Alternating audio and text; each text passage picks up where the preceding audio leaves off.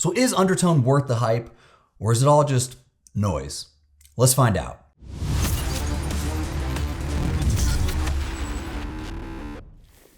So Undertone is the directorial debut by Ian Twasson.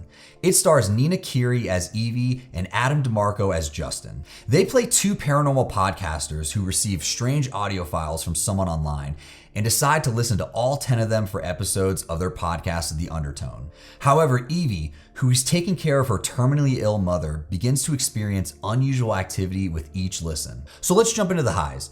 Right off the bat, this is a very minimalistic movie. It all takes place in Evie's house, and I really enjoyed that small scale feeling. In a way, it just allowed for the gloom of her situation with her mother to always be present and lingering. You could feel just how much it begins to weigh on her. Keeping it all in that house, she can't escape the situation, and as a viewer, neither can you. Aside from her mother, Evie is basically the only person you see on screen throughout this movie. Justin exists entirely as a voice through their podcast recordings. The way it's shot is also very creative. For a movie that has a lot of scenes with them doing the podcast, rather than just setting up a stationary shot, they gave us a lot of these slow pans in the house shrouded in darkness. That lack of light just had your eyes searching for things and often questioning if you're seeing something or not. Other times they would frame Evie in a way where she's not centered and there's a dark hallway or room behind her, but they used a shallow depth of field which blurred those areas. When those are combined with the audio and topics they're discussing on the podcast, you couldn't help but wonder if you were going to see something behind her. It always had your eyes searching, which for me really amplified the eerie atmosphere of the movie. The highlight of this movie though is the audio. They really did a fantastic job at making it feel like an immersive experience. And the way they transitioned the sound from when she has headphones on to when she doesn't was so fluid. I feel like it was almost heightening my senses.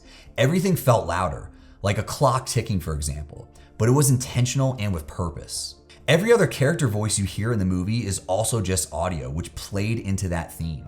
This movie does have a religious angle to it, but it was different. It didn't feel like your typical exorcism or possession movies. I personally loved the lore that begins to unfold during the movie, and there's even a musical aspect to it I felt really helped with the creepiness. Even though this is definitely a slow burn, the movie does a great job at hooking you.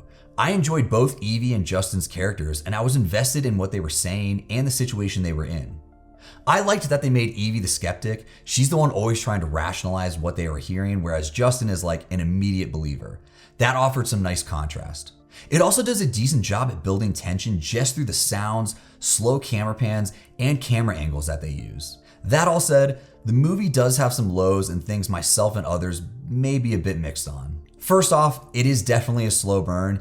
If the audio gimmick isn't working for you, I could see how some people may feel a bit bored at times.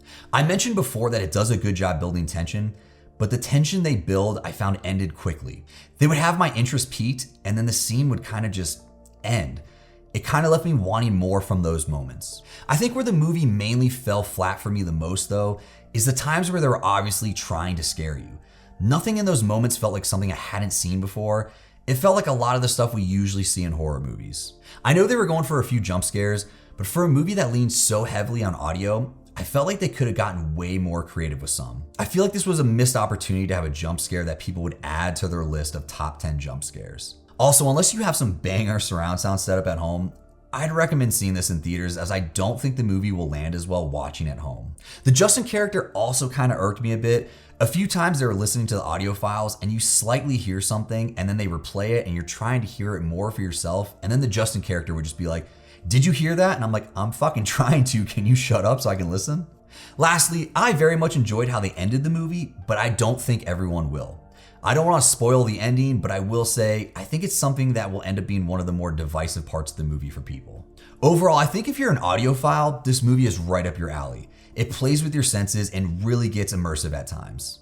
Aside from a few creepy moments, I did feel like the movie fell a bit flat on the scares as I saw way more potential to actually try to live up to the marketing they gave it of the scariest movie you've ever heard. But for a movie with a $500K budget, it made me feel like studios who have a lot of money to spend should start making movies like they don't have a lot of money to spend. I feel like it just forced more creativity, which for me, made this an enjoyable watch. Alright guys, that wraps up my review for the movie Undertone. If you enjoyed this video, please subscribe, it really does help. If you're into physical media, especially VHS, I license horror movies and release them on VHS.